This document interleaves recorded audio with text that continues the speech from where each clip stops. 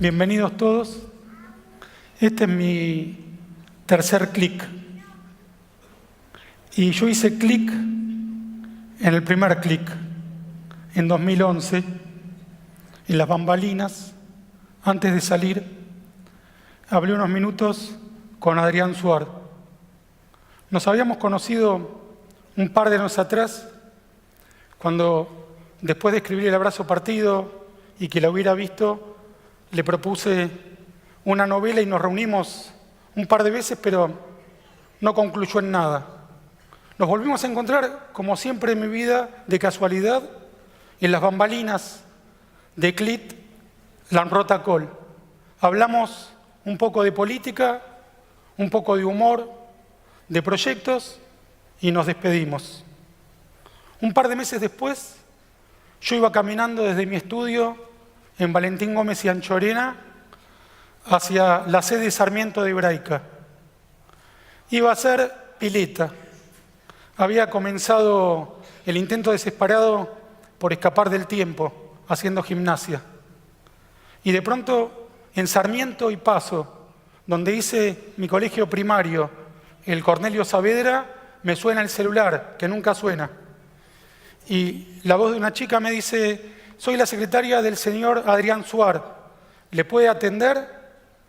Contesté que sí, por supuesto. Me preguntó: ¿cómo andás? Y le dije: ¿dónde andaba? Estoy yendo a hacer pileta en la sede de Sarmiento de Hebraica.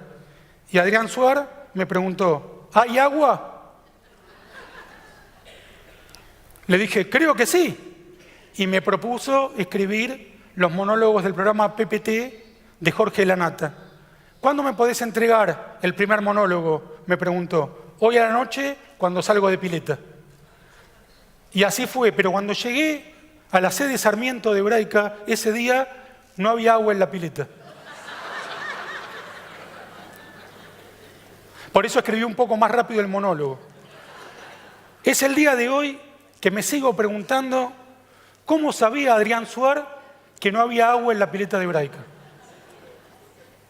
Y la respuesta es también el origen de mi carrera. Él se acordaba de dónde venía. Adrián Suar, en CLIC, nos dijo a todos: yo siempre soy un chico judío. No duden de eso. He llegado a todo el mundo. Dirijo el canal más importante de Hispanoamérica, pero lo hago como un chico judío. Y sabía, con su talento, si había o no había agua en la pileta de Hebraica. Después de los primeros monólogos de prueba para la nata, llegó el día en que tuve que escribir los primeros 50, 60 chistes, de los cuales iban a quedar 2 o 3, para que la nata dijera en el programa más visto de la televisión hispanoamericana. Y me desesperé, porque era un desafío que superaba esa caminata desde Valentín Gómez y Anchorena hasta Corrientes y Pasteur. Pero la misma reflexión de pensar que eso me superaba me llevó al origen. Yo había empezado contando chistes. Cuando yo tenía 8 años, perdía todos los útiles y escribía un diario del aula. Un chiste, un chisme y una noticia. Lo cambiaba por un lápiz, una goma de borrar, si era muy bueno, por un compás, e iba recuperando los útiles que había perdido a lo largo del día. El diario consistía de un papel glacé, que era siempre el mismo. En una ocasión, una tarde, yo iba a jornada completa, la lectora favorita de mi diario, la fan del diario, Montes de Oca, una chica uruguaya justamente, que usaba el pelo corto, me dijo: hoy no te voy a pagar nada. Le pregunté por qué. Porque el chiste no tiene gracia, la noticia es vieja, el chisme no es escandaloso. Yo descubrí que ella no me pagaba por tener el papel en las manos. Me pagaba por algo inasible, por algo imposible de materializar. Me pagaba porque la haga reír, me pagaba porque le genere suspenso, me pagaba por emocionarla. Y cuando me senté en mi estudio de Valentín Gómez y Anchorena pensé: la nata es Montes de Oca, la nata es esa lectora. Me está pagando para que lo haga reír antes que nada a él. Y así comencé a escribir esos monólogos que llevaron 2012, 2013 y 2014. Había superado el Everest, pero en 2014 la Nata me echó. Entre 2012 el kirchnerismo me echó de cualquier relación con el Estado que todo escritor argentino tiene aleatoriamente y de manera freelance. Una escuela, un museo, algún tipo de evento cultural en donde te contratan. Posteriormente, el propio kirchnerismo también me embargó la cuenta bancaria. Está por acá mi amigo Pipe Stein, que me recibió en Uruguay cuando tenía que venir desesperado a buscar algún tipo de medio de subsistencia, porque es muy difícil vivir sin una cuenta bancaria cuando te la embarga el propio gobierno. Y cuando me pareció que había superado lo peor, la Nata fue el que me echó sin ningún tipo de cosa extraordinaria ni ilegal, pero me quedé en bolas. Estaba mal con los que gobernaban y estaba mal con los que se oponían. Y ahí lo que pensé es, a mí me tienen que hacer un chiste peor que este para que yo me desmorone. No alcanza con esta broma para destruirme a mí. Mi abuelo llegó de Polonia en el último barco que salía antes de que estalle la Segunda Guerra Mundial, en 1939, dejó a su primera familia en los campos de exterminio que hicieron los nazis de Polonia y empezó todo de nuevo acá en Argentina, en Latinoamérica, si queremos, ya que estamos en dos países que parecen el mismo. ¿Cómo me iba yo a desmoronar porque perdí un trabajo? Cuando llegué a casa, mi familia me dijo, no pasa nada, tuviste trabajos como este antes y vas a tener trabajos como este después. Me tenían que hacer un chiste peor que ese. En 2014, Marce Katz me invitó a otro clic, en Chile, y las cosas empezaban de nuevo a ir hacia arriba. Sentía que ya no me tenía que sentar a pensar desesperadamente 60 chistes por semana y que podía volver a contar mis historias de un modo relajado y que Montes de Oca me iba a dar el mejor de sus útiles. Pero en 2015 me hicieron el chiste que yo no me esperaba. Me hicieron el chiste que me desmoronó. El peor chiste que me hicieron. 2 palestinos, terroristas, fundamentalistas islámicos, asesinaron a mi hermano Eduardo.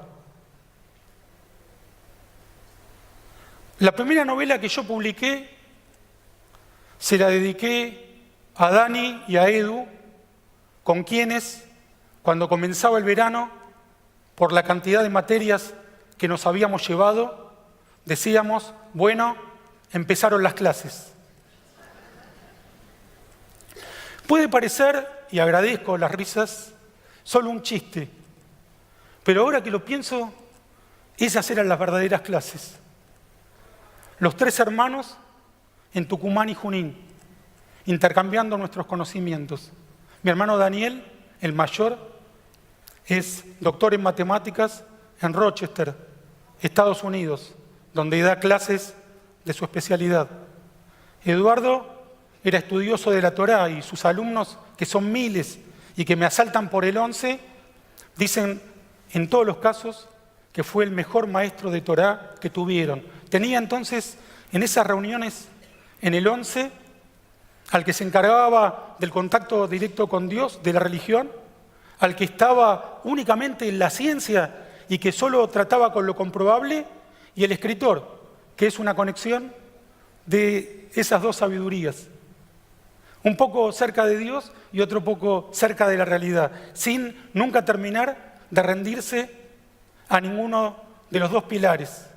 En esas tardes interminables, mañanas, no existía el tiempo, estudiando sin parar porque dábamos todas las materias, que eran prácticamente todas, porque a ninguno de los 3 les importaba, nos importaba el secundario, pero lo terminamos. Edu tiró una taza de café. Mi papá, que estaba en la cocina, hizo algo mucho peor. Derramó entera una botella grande de Coca-Cola, que hizo un enchastre terrible en la mesa de la cocina. Y todavía me acuerdo de su grito que le dijo: Eduardito, vení a ver lo que hiciste. Edu se olvidó de la taza de café y todos nos reímos de la ocurrencia de mi papá, que acababa de tirar él la botella de Coca-Cola, pero le decía a mi hermano: vení a ver lo que hiciste. El tiempo pasó después de esa anécdota. En el intermedio, mi padre compró un juego de química y tratamos de destilar tinta.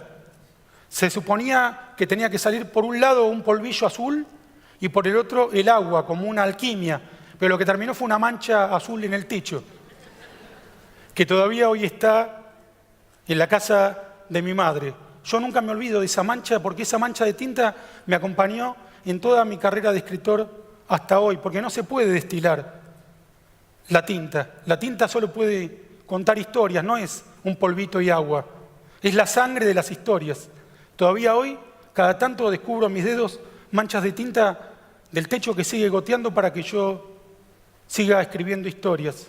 Cuando Edu se hizo ortodoxo, empezamos a tener muchos problemas de comunicación. Antes nos comunicábamos con mucha facilidad por carta y siempre habíamos sido muy amigos, porque él se había ido a la India y en un viaje iniciático terminó frente al Muro de los Lamentos, decidiendo de una manera bastante traumática que había encontrado el camino a Dios o a sus ancestros judíos de un modo determinante.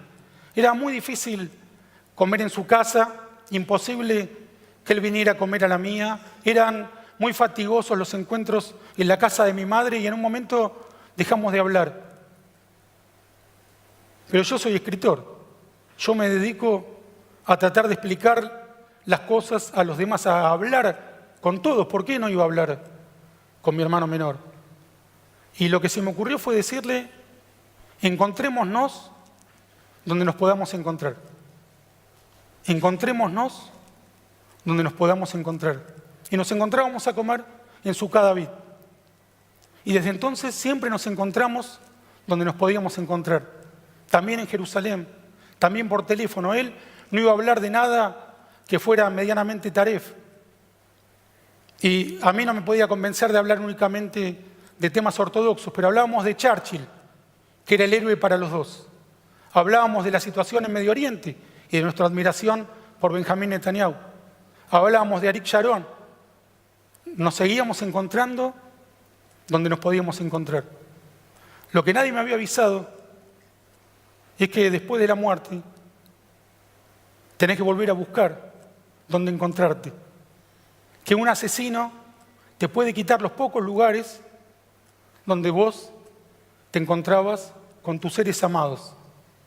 Pero ahora a Edu le pusieron un recordatorio en Jerusalén, en el mismo lugar donde dio su vida por el Estado de Israel. Porque vivir en Israel, ser judío en Israel, es dar la vida por Israel.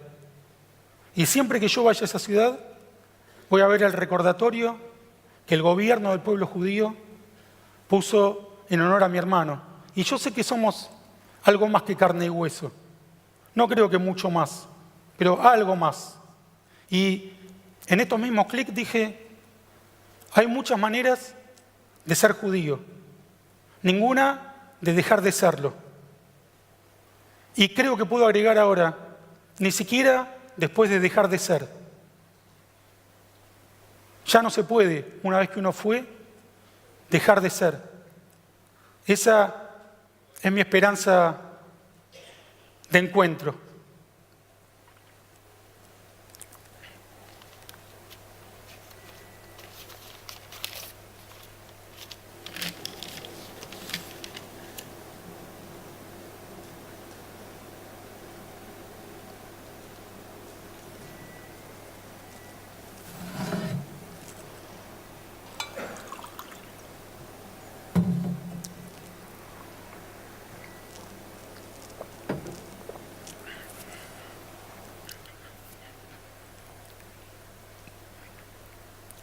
Antes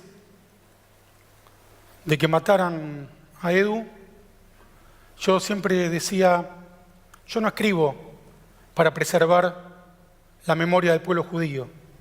Yo escribo sobre judíos, mi temática es judía porque es lo que se me canta, porque es lo que me sale del fondo del corazón y tendría que hacer un esfuerzo para no escribir de judíos. Como conozco tantos escritores judíos que se esfuerzan realmente por no ser judíos, a los cuales les digo que no pierdan tiempo, porque es así que es una utopía irrealizable. Es más fácil construir Israel que dejar de ser judío. Pero desde que Edu no está, también escribo para preservar esas tardes en Tucumán y Junín. Edu fue el que menos tiempo tuvo con mi papá. Mi papá era un hombre muy volátil. Llegó a la luna mucho antes que Armstrong y de algún modo nunca regresó de la luna, como nos pasa a nosotros con Jerusalén, que ya llegamos antes de ir y no volvemos jamás. No nos despedimos jamás de Jerusalén. Así era mi padre con la luna, además de con Jerusalén, a donde nunca fue. Y mi padre se fue muy temprano, cuando yo tenía 18 años, mi hermano mayor 20 y Edu 15.